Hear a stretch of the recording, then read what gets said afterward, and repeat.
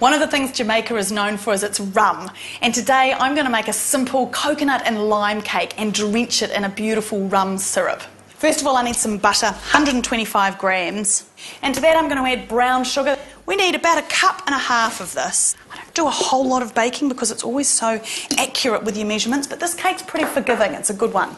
And now what I need to do is the lazy way, just using a beater just to cream this up. Woo! Just on a slow beat here. I love using brown sugar for this recipe just to get that slightly darker, more caramelised taste in your cake. So what I'm looking for is that is nicely creamed and that sugar has just about dissolved in there, it's not too grainy. I'm using 4 eggs and I'm going to add them one at a time, just so that my mixture doesn't curdle. So the trick is to keep beating and break the eggs. Oh, one down. And just beating between each addition of the eggs just to give it a nice creamy texture. My last 4th egg. Whoop.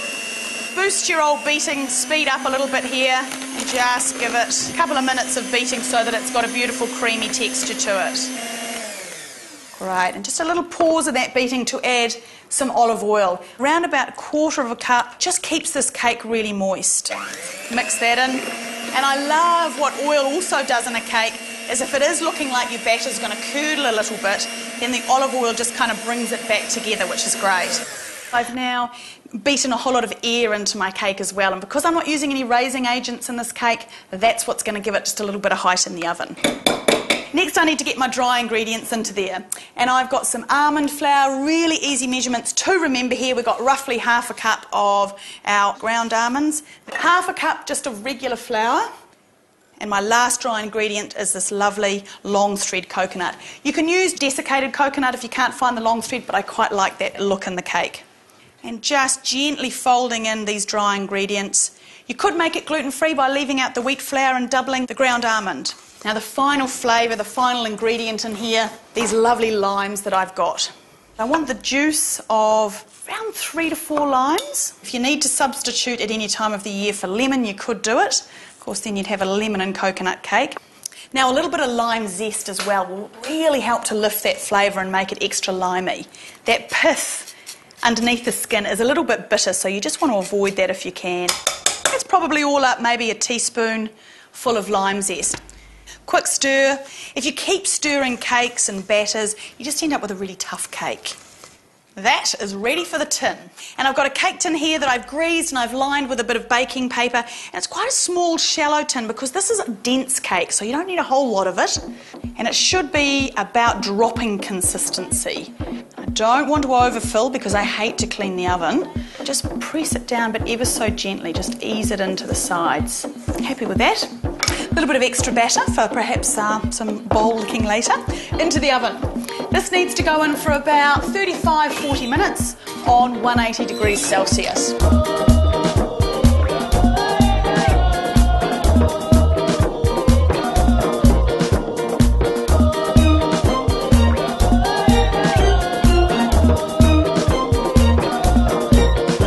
I'm going to get started on my rum syrup. First thing I need to do is just in quite a small saucepan here, we're going to pour in around about 1/2 cup of white caster sugar. Into that goes a little bit of rum. Don't be mingy with it. I'm using about 1/2 cup here. And round about 1/4 cup of water. And all I need to do is, on about a medium heat, just keep an eye on it, and we're really wanting that sugar just to start dissolving, and it will start to thicken and get quite syrupy. So while that's simmering, I can get a little bit of lime juice to go in there as well. It's got a lot of life in it, this cake. It's very zingy. That is looking good, and I can smell that rum. And the alcohol tends to burn off and you're just left with that lovely rum essence. I can prepare some garnish now for my cake. So I'm just going to attempt to take off a really nice curl of my lime skin. Some whipped cream will be lovely on this as well. Add a little bit of lime zest in there and suddenly you've got, wow. That syrup looks good, it's thickened up nicely. I think the cake might be ready. Oh yes, that looks fantastic. It's the right colour and it's springing back to the touch, so I think it's cooked. Oh, I love a warm cake. So just taking a nice wedge in here. Oh, it's very moist. Oh, and I can see those threads of coconut in there. Oh, got my lovely piece of lime peel here, and I'm just going to dredge that through my syrup just to sort of have that candied and glossied up. And now my rum syrup, and I say lashings of it. Oh. And now a little bit of cream to just improve it even further. Now let's taste it. Nothing I like more than a bit of warm cake. Dredge it through the cream and the syrup. Oh, that is coconutty and limey, deliciously sweet. That rum syrup just really hits a great note. There's a little bit of the taste of the Caribbean in there. That's a good cake.